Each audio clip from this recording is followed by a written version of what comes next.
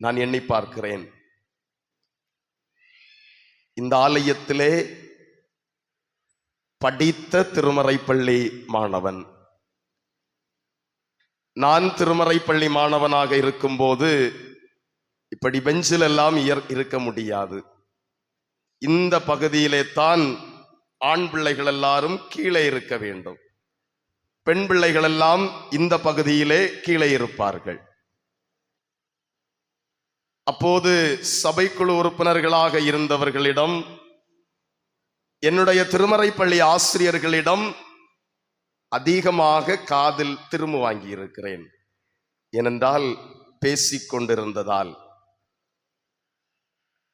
இந்த திருமறைப்பள்ளி, இந்த திருச்சபையினுடைய திருமறைப்பள்ளி ஆசிரியர்கள் என்னுடைய ஊழிய உருவாக்கத்திலே மிக பங்களிப்பை தந்தவர்கள். அதிலும் குறிப்பாக பிச்சுமணி அண்ணனை சொல்லே ஆக வேண்டும்.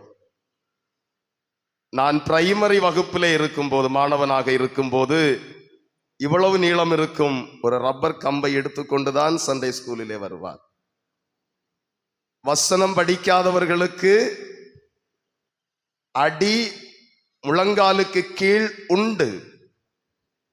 அன்றைக்கு அப்படி வசனங்களை படித்து தந்த திருச்சபை இந்த திருச்சபை. ஆனால் இன்றைக்கு பிள்ளைகளை எல்லாம் அடிக்க முடியாது, காலம் மாறிவிட்டது. ஆக இந்த திருச்சபை, என்னுடைய பெற்றோர், உறவுகள் எல்லாருக்கும் என்னுடைய நன்றிகளும் வாழ்த்துக்களும்.